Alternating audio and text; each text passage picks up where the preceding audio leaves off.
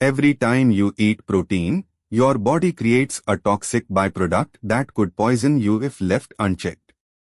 Luckily, your body has a brilliant filtering system for it.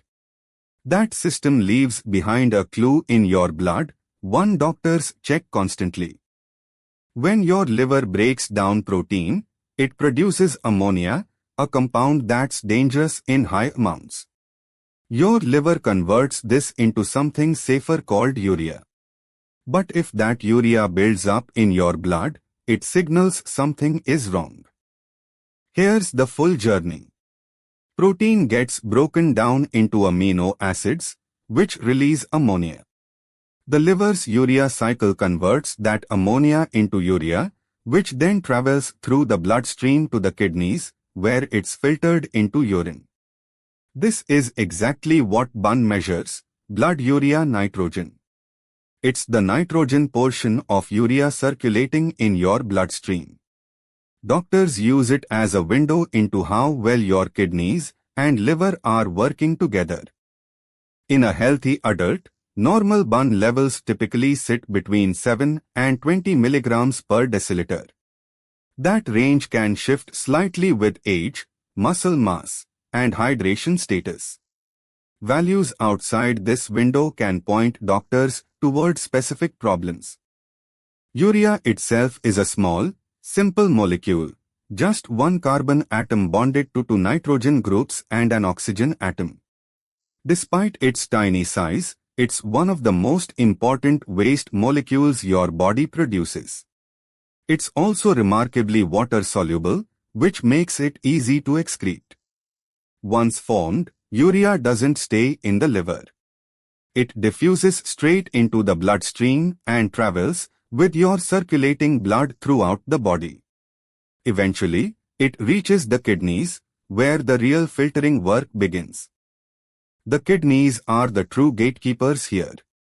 Tiny filtering units called nephrons pull urea out of the blood and pass it into urine for elimination.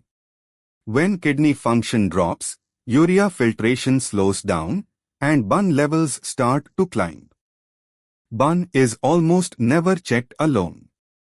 It's typically paired with creatinine, another waste product, to calculate the BUN to creatinine ratio. This ratio helps doctors figure out whether a problem is coming from the kidneys themselves or from something upstream, like dehydration. Normally, that BUN to creatinine ratio sits somewhere between 10 to 1 and 20 to 1. A ratio higher than that often points to dehydration or reduced blood flow to the kidneys, rather than kidney damage itself. When kidney function declines, urea can't be filtered out efficiently, and it starts to accumulate in the blood. This shows up as an elevated BUN reading. Chronic kidney disease is one of the most common culprits behind this pattern. Quick pause. If this breakdown is helping you, take a second to hit like and subscribe. It genuinely takes a lot of effort to make videos like this, and your support keeps them coming. Several conditions can push BUN levels higher than normal.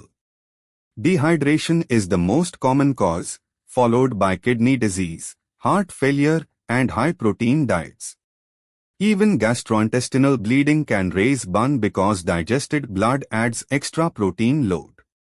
Certain patients face a higher risk of abnormal BUN readings. Older adults, people with diabetes, and those on certain medications like diuretics or NSAIDs need closer monitoring. Even mild dehydration can skew results significantly in these groups.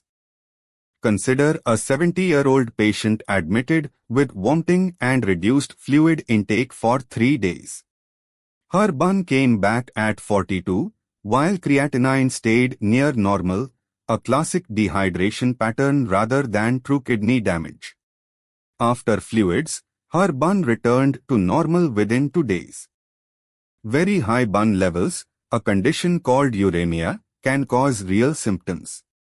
Patients may experience fatigue, confusion, nausea, and in severe cases, itching or even seizures.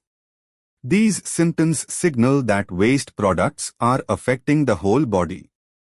Doctors often compare BUN patterns to distinguish between different types of kidney problems. Prerenal issues, like dehydration, usually show a high BUN to creatinine ratio. Intrinsic kidney damage usually keeps that ratio closer to normal, even though both creatinine and BUN rise together. This distinction matters for treatment. A dehydrated patient just needs fluids, and BUN drops fast.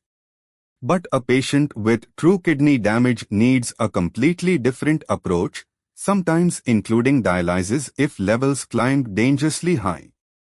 On the flip side, low BUN levels are less common but still meaningful. They can point to liver disease, malnutrition, or overhydration, since the liver isn't producing enough urea in the first place.